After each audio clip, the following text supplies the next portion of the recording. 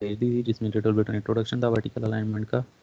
अब हम जाएंगे उसके थोड़े एडवांस पोर्शन पे, the advanced knowledge about the vertical alignment. Let me check it is in recording process or not. Yes, it is in recording process. Okay, let us start. So actually, how many types of vertical curves are there? You know very well that there are two types of vertical curves. One is called as Samat और crest vertical curves, other is called as Sagar vertical curve. दो types of curve होते हैं, crest vertical curve जिसे हम समत vertical curve भी कहते हैं और valley vertical curve जिसे हम seg vertical curve भी कहते हैं।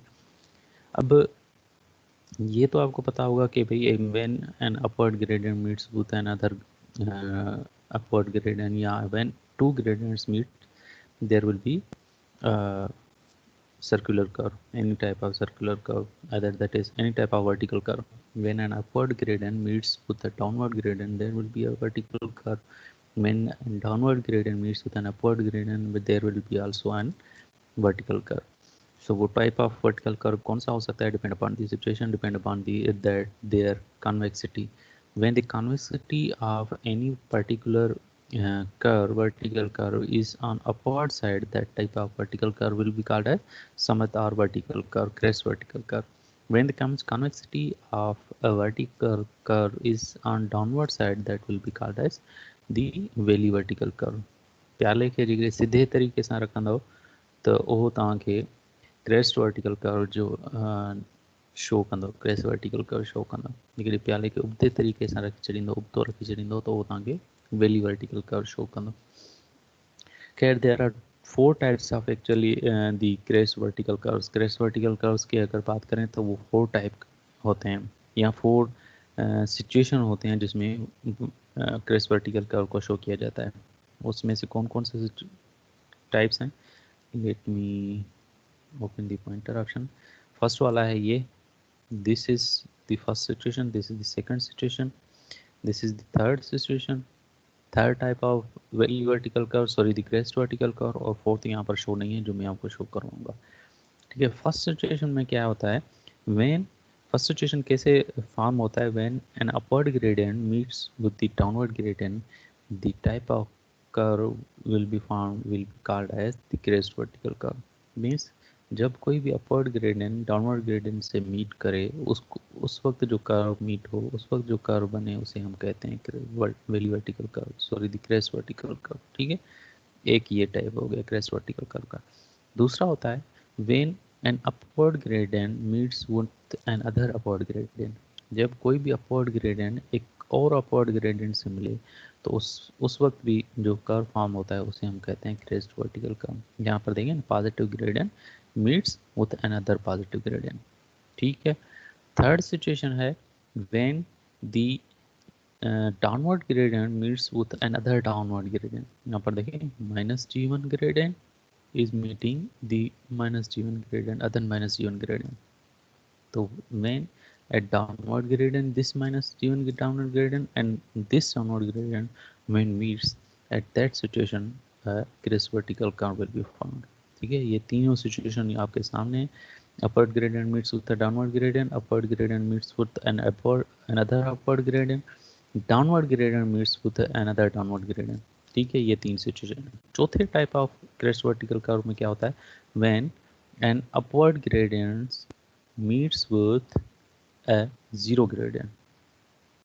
When upward gradient plus G1 gradient meets with the zero gradient, means कोई भी अपवर्ड ग्रेडियंट है वो फ्लैट रोड से अगर मीट करे तो उस वक्त जो कर्व बनेगा उसको हम आल्सो कह सकते हैं that is the crest vertical curve.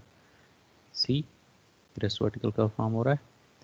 So this is the positive gradient and this is the flat gradient. When an upward gradient meets with a flat gradient, there will the situation will be also called as crest vertical curve. इसी तरीके से सेग और वेली vertical curve के भी चार types होते हैं। अच्छा, यहाँ पर एक और चीज़ है जो देखने लायक है, that is the formation of deflection angle. ये होता है ना डिफ्लेक्शन एंगल ए, जो यहाँ पर ए को फॉर्म कर रहा है, this is the deflection angle. तो कोई भी आपसे पूछ सकता है कि भाई इन चारों टाइप्स में से कौन सा टाइप है जिसमें सबसे ज़्यादा डिफ्लेक्शन एंगल हो सकता है, सबसे बड़ा डिफ्लेक्शन एंगल हो सकता है। तो आपको याद होना चाहिए, when an upward gradient meets with a downward gradient the deflection angle will be maximum। ये आपके MCQs में भी आता है, MCQs में आएगा the deflection angle of a crest vertical curve is maximum for the following situation। फिर आपके पास डिफरेंट ऑप्शन हो गए कि when upward gradient meets the downward, when a upward gradient meets with another upward gradient, when downward gradient meets with the downward gradient, when an upward gradient meets with a zero gradient, etc। so उसके हिसाब से आपको फिर answer देना है, the first answer will be the correct answer। Okay, same situation में 4 valid vertical curve के भी टाइप्स हैं, जैसे ये है, first is this type, second is this type and third is this type. Fourth type भी है जो यहाँ पर शो नहीं किया गया, वो मैं आपको फॉर्म करके बताता हूँ। फर्स्ट टाइप में क्या होता है, when a downward gradient meets with an upward gradient the type of vertical curve will be found, will be called as the sag vertical curve और वैली वर्टिकल कर्व। ठीक है, डाउनवर्ड ग्रेडियंट अपवर्ड ग्रेडियंट से meet होगा तो उस time जो curve form होगा that will be called as the valley vertical curve. Second situation में क्या है, when a downward gradients meets with another downward gradient. ठीक है, जैसे ये डाउनवर्ड ग्रेडियंट है, उसी से ही कोई अदर दूसरा डाउनवर्ड ग्रेडियंट मीट हुआ, जैसे ये डाउनवर्ड ग्रेडियंट मीट हुआ, तो उसके बीच में जो कर्व फॉर्म होगा उसको हम कहेंगे the valley vertical curve. Third situation में है when an upward gradient meets with an other upward gradient, when an upward gradient meets with another upward gradient but the situation is changed। यहाँ पर भी है कि भाई when an upward gradient meets with another upward gradient, लेकिन यहाँ पर जो डिफ्लेक्शन है, टेंजेंट का जो डायरेक्शन है वो चेंज है। यहाँ पर जो टेंजेंट का डायरेक्शन है वो बिल्कुल चेंज है, पहले वाले टेंजेंट का डायरेक्शन चेंज है, दूसरे वाले टेंजेंट का डायरेक्शन चेंज है। So that is depending upon the direction of the tangent के कैसे, अगर प्लस G1 दूसरे प्लस G2 से मिलेगा तो कैसे वेरी वर्टिकल कर्व फॉर्म होगा। सो आपको थोड़ा ये मेमोराइज करना है या अपने कॉन्सेप्ट में लाना है कि दोनों सिचुएशन में कैसे एक क्रेस्ट वर्टिकल कर्व फॉर्म होता है और वेली वर्टिकल कर्व फॉर्म होता है। चले, इसमें है कि फोर्थ पॉइंट में है कि how valley vertical will form when a downward gradient meets with a zero gradient. When a downward gradient minus G1 gradient minus G gradient meets with a zero gradient, at that situation a valley vertical curve will also form.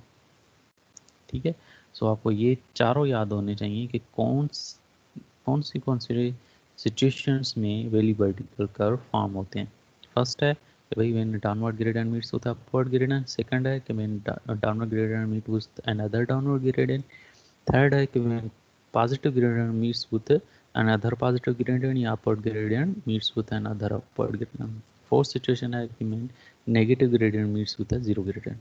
ठीक है भाई, ये दोनों situation आपको याद होने चाहिए valley curve और इसके क्रेस्ट वर्टिकल कर्व के। तो इसमें कुछ आपके पास नोटेशंस हैं कि भाई G1 का मतलब क्या होता है, G2 का क्या होता है, A का मतलब क्या होता है। G1 is the initial roadway gradient in percent, G2 is the final roadway gradient in percent, और A is the absolute value of difference in grades। difference in grades, G1 difference of G1 and G2 will be called as A absolute value। कहीं पर भी A लिखा हो तो उसका मतलब है कि डिफरेंस इन ग्रेड्स, अगर एक है पॉजिटिव ग्रेडियंट 2%, दूसरा है पॉजिटिव ग्रेडियंट 4%, तो A will be the absolute value, means 2 - 4 will be equal to -2, but हम उसका जो वैल्यू है that will be take as a 2, क्योंकि absolute value is always positive. PVC is the point of vertical curve, PI is the point of vertical intersection, ये already आपको पता है। PVT is the point of vertical tangent and L is the length of curve, ये पहले भी हम पढ़ के आए। Design considerations for the vertical curve. अब जब भी वर्टिकल कर्व को डिज़ाइन करते हैं तो उस टाइम कौन कौन से डिज़ाइन कंसिडरेशंस लेते हैं, कौन कौन सी चीज़ें हम अपने माइंड में रखते हैं। जो चीज़ें हम अपने माइंड में रखते हैं that is the safety consideration, the comfort consideration, pleasing in appearance consideration means appearance consideration and drainage considerations। ये चारों considerations हम लेते हैं when we design the particular vertical curve safe जो है, सेफ्टी कंसिडरेशन में हम स्टॉपिंग साइड डिस्टेंस कंसिडरेशन करते हैं, कंफर्टेबल में इसी तरीके से दूसरे से कंसिडरेशन करते हैं। लेकिन आपको याद होना चाहिए कि वर्टिकल कर्व को जब भी हम डिज़ाइन करते हैं तो 4 कंसिडरेशन होती है हमारे पास, डिज़ाइन कंसिडरेशन होती है। फॉर एग्जांपल मैं आपको प्रॉब्लम दूं कि भाई design vertical curve all design considerations, तो फिर आप सेफ्टी से भी चेक करोगे उसको, कंफर्टेबल से भी चेक करोगे, अपीयरेंस से भी चेक करोगे और ड्रेनेज कंडीशन से भी चेक करोगे वर्टिकल कर्व को। ठीक है भाई। So maximum deviation angle when setting gradient,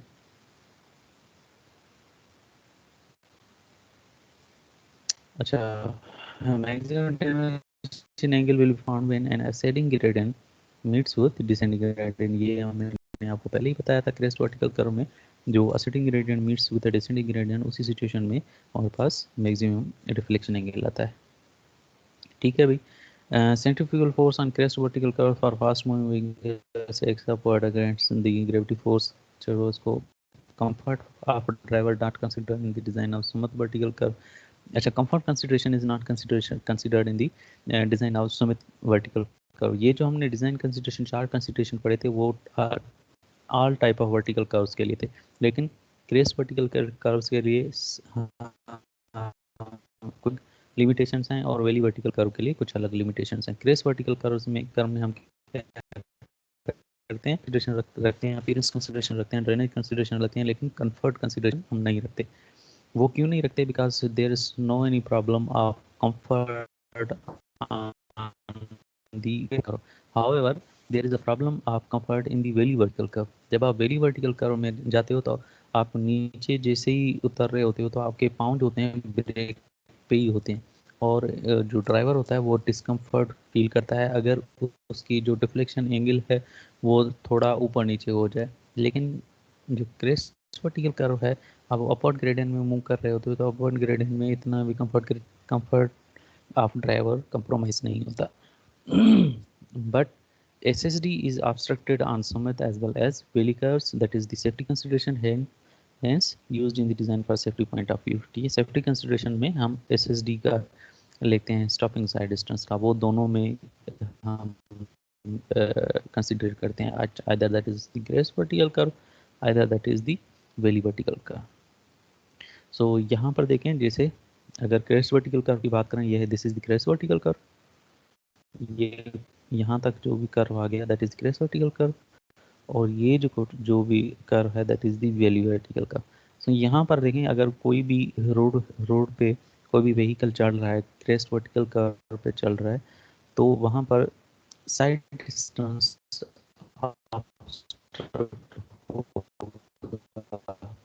distance उसका साइड क्लियर नहीं होगा, तो इस सिचुएशन में हम जो है ना साइड डिस्टेंस कंसिडरेशन लेते हैं। उसी तरीके से अगर आप वेली वर्टिकल कर्व पे आए तो वेली वर्टिकल कर्व में दिन के टाइम पे कोई भी कंसिडरेशन नहीं होती, there is no any consideration for day time, but night time में आप कंसिडरेशन करते हो। कैसे? नाइट टाइम पे डिपेंड करता है कि आपका जो हेडलाइट है उस वो हॉरिजॉन्टली कहाँ तक पहुँच रहा है। ठीक है ना, अगर गाड़ी इस सिचुएशन में होगी तो इसकी हेडलाइट जो होंगी ज़्यादा से ज़्यादा यहाँ तक पहुँचेगी, और इससे ऊपर वाले अगर कोई भी ऑब्जेक्ट है तो उसको गाड़ी नहीं देख पाएगी। जहाँ तक टच करेगा, जहाँ तक हेडलाइट के लाइट पड़ेगी वहाँ तक ही ड्राइवर देख सकता है, तो उसके ऊपर नीचे ऊपर नहीं देख सकता वेली वर्टिकल कार में।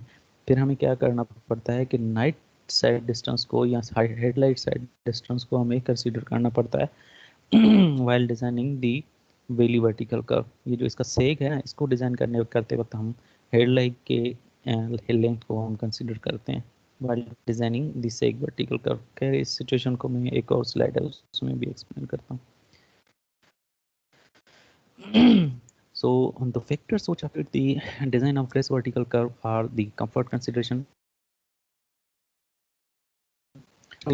K value consideration है, जिसमें अच्छा K value consideration means comfort consideration होता है। What is the K value consideration?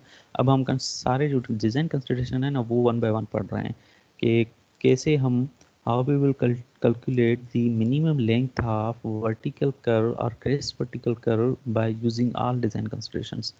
So first of all, the design consideration is the k value consideration. The k value, what is actually k value? The number of horizontal feet or meter needed for 1% change in slope. 1% change slope के लिए जो भी meters और feet required होंगे, that will be called as the k value actually. So k value के फार्मूले से हम पहला minimum length of vertical curve calculate करते हैं. वो फार्मूला क्या है? k is equal to l upon a. और वहाँ से हम L की वैल्यू लेते हैं, L will be equal to K into A. ये फार्मूला है minimum length of vertical curve find करने के लिए when you are considering the comfort consideration. So वहाँ पर जो K वैल्यू है that is a constant value जो डिपेंड करता है आपके डिज़ाइन स्पीड पे. सो जितना भी डिज़ाइन स्पीड होगा वो उतना आप K वैल्यू लोगे. For example 30 design speed is 30, you will take like k value as 30. When the design speed is 40, you will take k value as a 60 or 60 up between the 60 and 80. That depends upon depend upon कि आपकी मर्जी है 40 पे कितना लेते हो या 45 पे कितना लेते हो. ठीक है. उसके बाद है a is the actually absolute value which is the difference of grades. जितना भी gradient आपको given होगा उसका difference लोगे, that will be the a value actually. So यहाँ से आप minimum length of vertical curve find करोगे. First minimum length of vertical curve आप जो फाइंड करोगे that will be from this particular formula. Second formula है the when you consider the safety considerations. ठीक है. सेफ्टी कंसिडरेशन में मैंने आपको पहले बोला कि सेफ्टी कंसिडरेशन में हम स्टॉपिंग साइड डिस्टेंस की कंसिडरेशन लेते हैं. उसमें क्या होता है, ये सिचुएशन मैंने आपको पहले भी एक्सप्लेन किया है कि भाई एक कोई भी व्हीकल है वो मूव कर रहा है और आप उसके सामने वर्टिकल कर्व के सामने कोई भी ऑब्जेक्ट है, तो हम वहाँ तक की साइड डिस्टेंस कंसिडरेशन करेंगे जहाँ तक कि ये जो ड्राइवर है इजीली इस ऑब्जेक्ट को वॉच कर सके, यहाँ ये पर्टिकुलर ऑब्जेक्ट उसको विजिबल हो सके. सो इस सिचुएशन में हम स्टॉपिंग साइड डिस्टेंस कंसिडरेशन करते हैं. इसका एक अलग फार्मूला है. When S is less then L, जब स्टॉपिंग साइड डिस्टेंस अगर कम हो लेंथ ऑफ कर्व के लिए लेंथ ऑफ कर्व से, तो हम जो फार्मूला लेंगे for calculating the minimum length of curve that will be L is equal to AS square 100 of √2H1 plus √2H2 whole square, where H1 is the height of headlight. यहाँ पर देखिए given है ना, H1 is the height of height of headlight नहीं, height of driver's eye. H1 is the height of driver's eye and H2 is the height of object actually. H2 is the height of object. So H1 और H2 के values constant हैं, वो अगर हम values constant put करेंगे तो ये जो पर्टिकुलर फार्मूला है और सिंप्लीफाई हो जाएगा. कैसे सिंप्लीफाई हो जाएगा नेक्स्ट स्लाइड में. अच्छा, when the S is greater than L, when stopping side distance value of stopping side distance is greater than the minimum length of curve, then we will use the formula for calculating the minimum length of curve as L is equal to 2S minus 200 under root H1 plus under root H2 whole square upon A. ठीक है. इसको अगर हम simplify करें equation को, ये इन दोनों equation को सिंप्लीफाई करें by putting the value of H1 and H2, that will be this.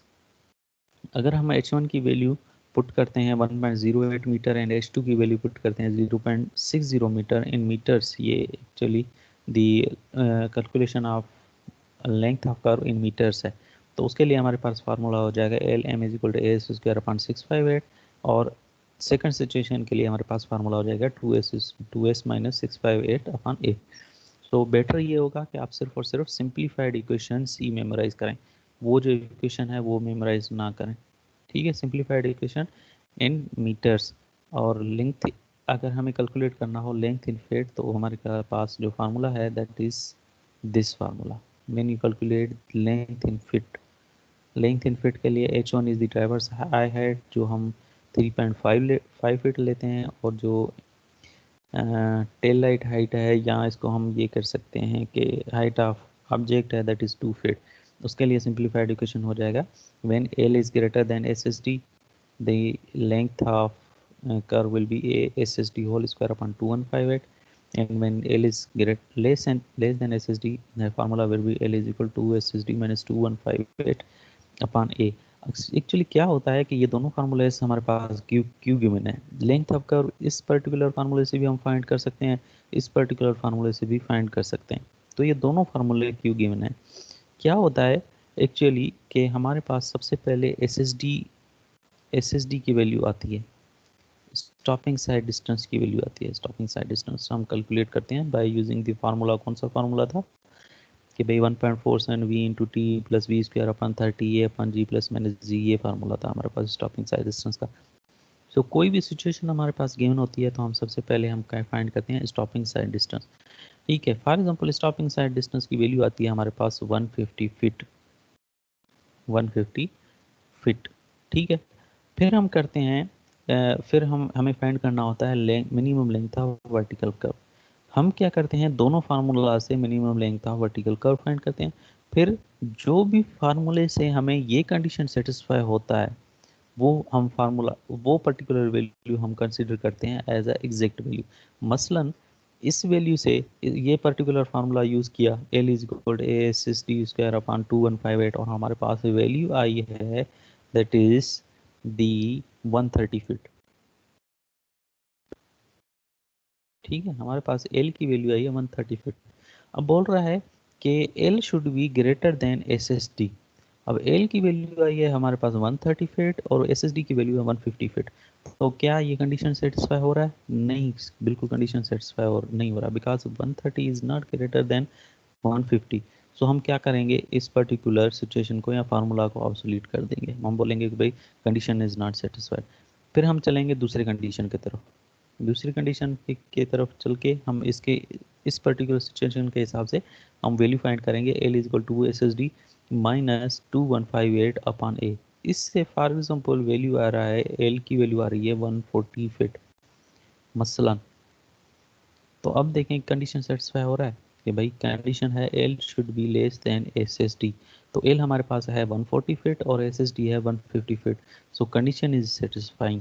So we will take the minimum length of curve as this value, इस फार्मूले से जो भी वैल्यू निकला। सो इसलिए हमारे पास दो कंडीशंस गिवन है, दो फार्मूलाज गिवन है। सो जिस फार्मूले से जो भी कंडीशन सेटिस्फाई होगा वो हम फार्मूला उस फार्मूले से ली हुई या निकली हुई length minimum length of vertical curve का की वैल्यू लेंगे। ठीक है, अच्छा ये जो फार्मूलाज हैं इसको आप अपने जो आपके पास फार्मूला शीट है उसमें आप ऐड कर दें। How the K value is calculated, ये फार्मूला आप ऐड करें। उसके बाद how the stopping sight distance safety consideration stopping sight distance value is consideration calculated, उसमें ये फार्मूला भी ऐड करें, A S square upon 658 E T C, और पासिंग साइड डिस्टेंस वाला कंसिडरेशन भी कैलकुलेट ऐड करें, और ये फिट वाला जो लेंथ एंड फिट में है ये भी आप ऐड करें। ठीक है, उसके बाद है third consideration that is the appearance consideration. Appearance consideration में minimum length of vertical curve हम फाइंड करते हैं, L is equal 0.6 of V when V is in kilometres per hour. ये फार्मूला तब लेते हैं when V is given in kilometres per hour, और when v is given in miles per hour then we take the formula as L is equal 3 into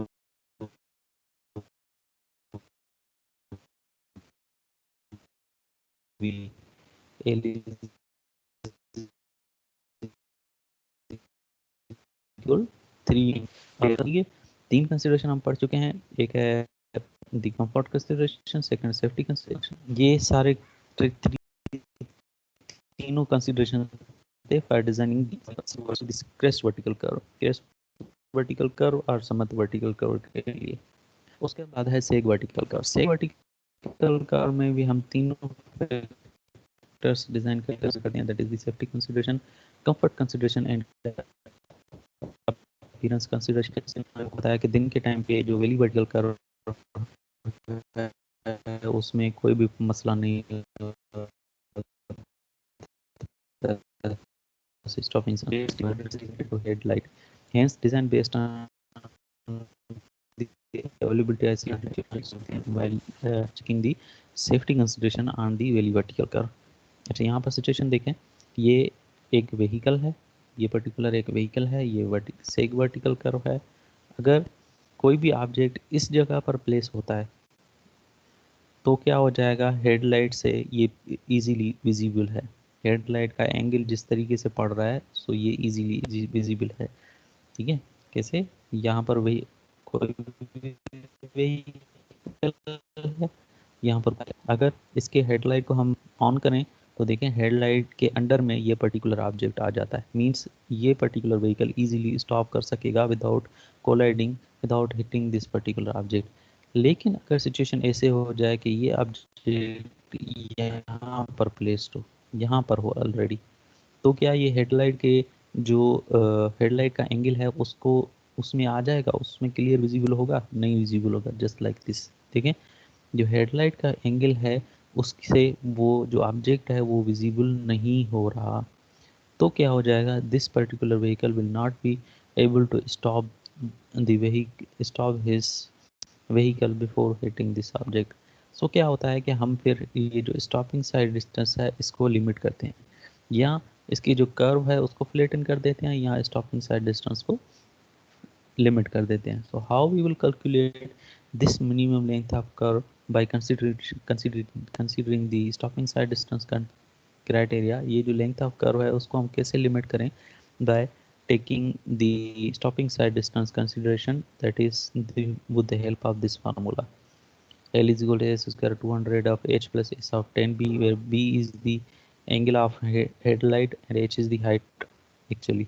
So h अगर हम लेते हैं 0.6 metres and beta हम लेते हैं 1 degree, so हमारे पास फार्मूला आ जाएगा, एक सिंप्लीफाइड फार्मूला आ जाएगा, that will be if s is less than l you will take the value of to take the formula this formula, and when s is greater than or equal to l you will take this particular formula।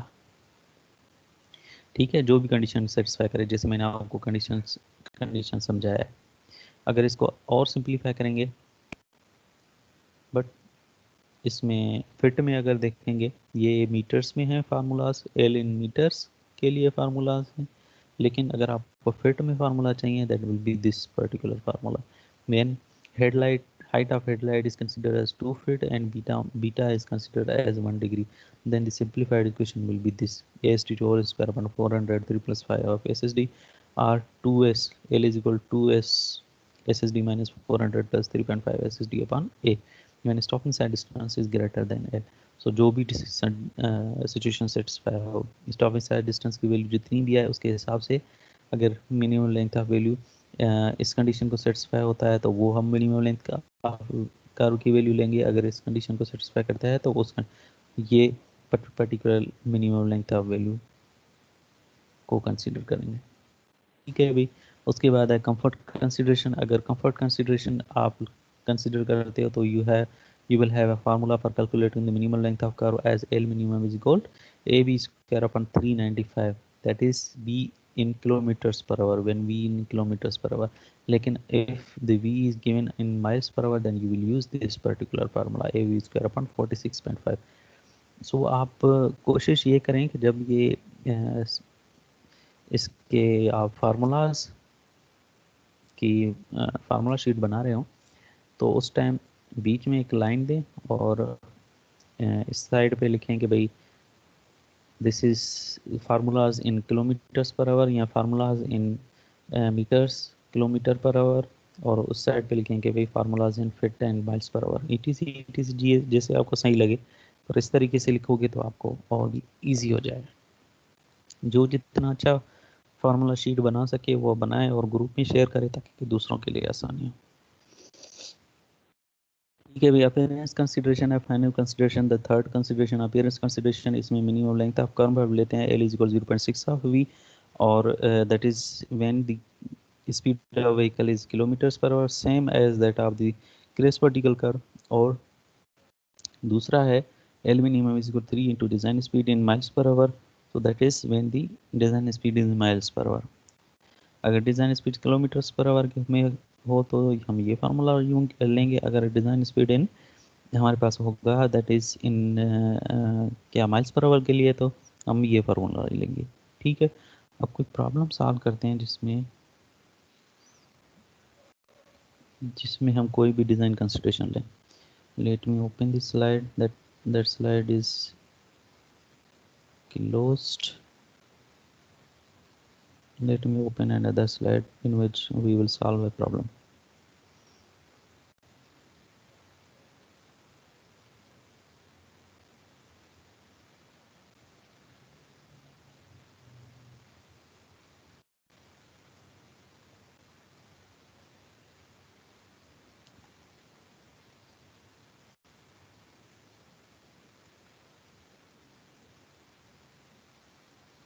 ठीक है भाई, ये हमारे पास एक problem है। जो first problem है series of vertical curve के प्रॉब्लम से रिलेटेड।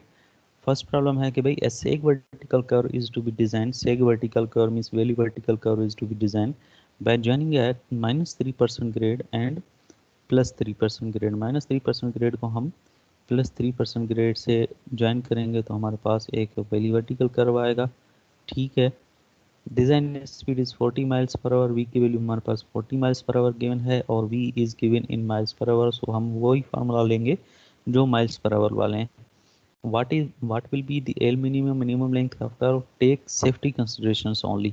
बोल रहा है सिर्फ और सिर्फ सेफ्टी कंसिडरेशन लो, बाकी कंसिडरेशन नहीं लो।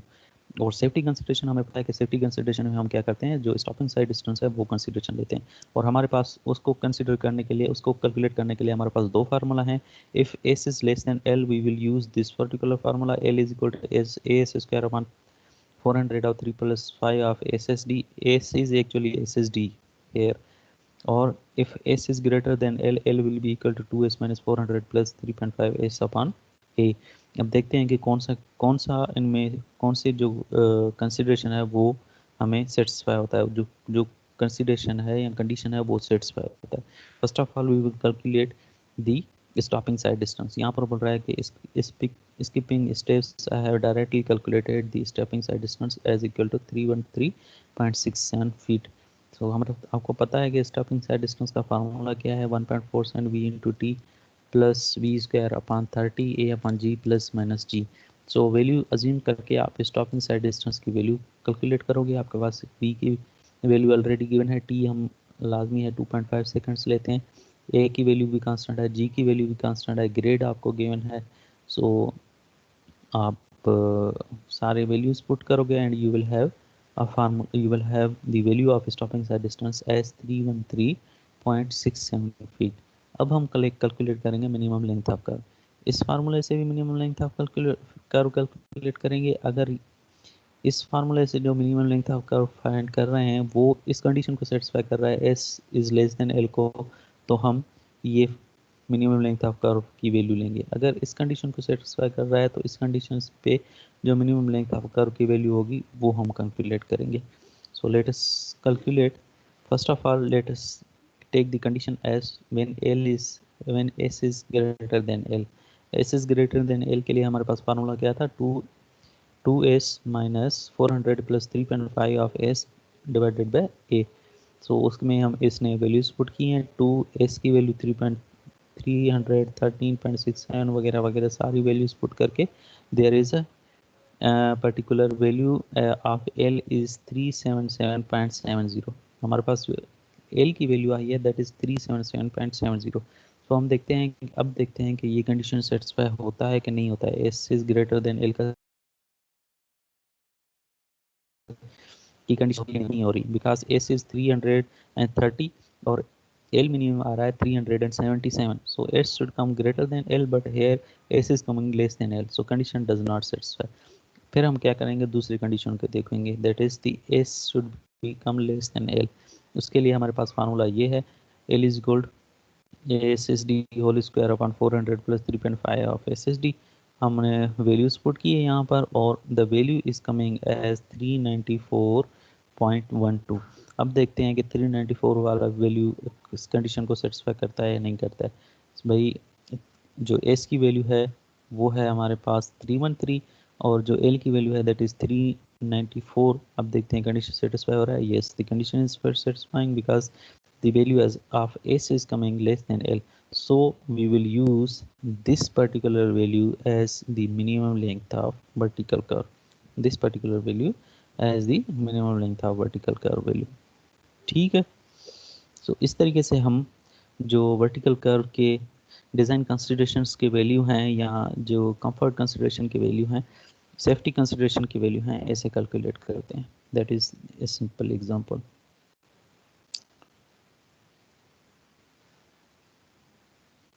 Okay, just give me 1 minute.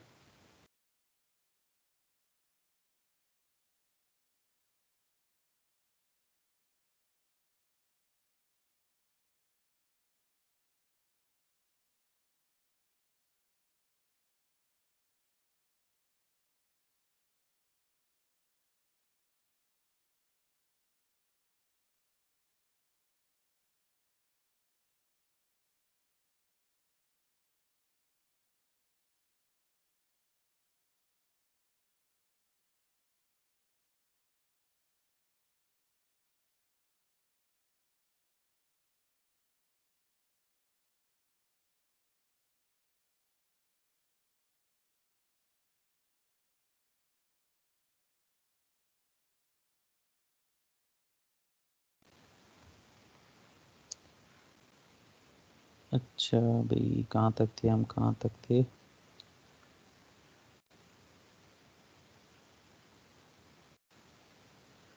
सो ये जो पर्टिकुलर प्रॉब्लम है हमने सॉल्व की है, जिसमें हमने कैलकुलेट किया है minimum length of curve by taking safety consideration. Second problem, चलिए सेकंड प्रॉब्लम हम कल सॉल्व करेंगे. ये जो पर्टिकुलर प्रॉब्लम है ये कल सॉल्व करेंगे. उसके बाद एग्जाम्पल 2, 3, 4, 5 जितने भी हैं हम इंशाल्लाह कल सॉल्व करेंगे. बस एंड द क्लास.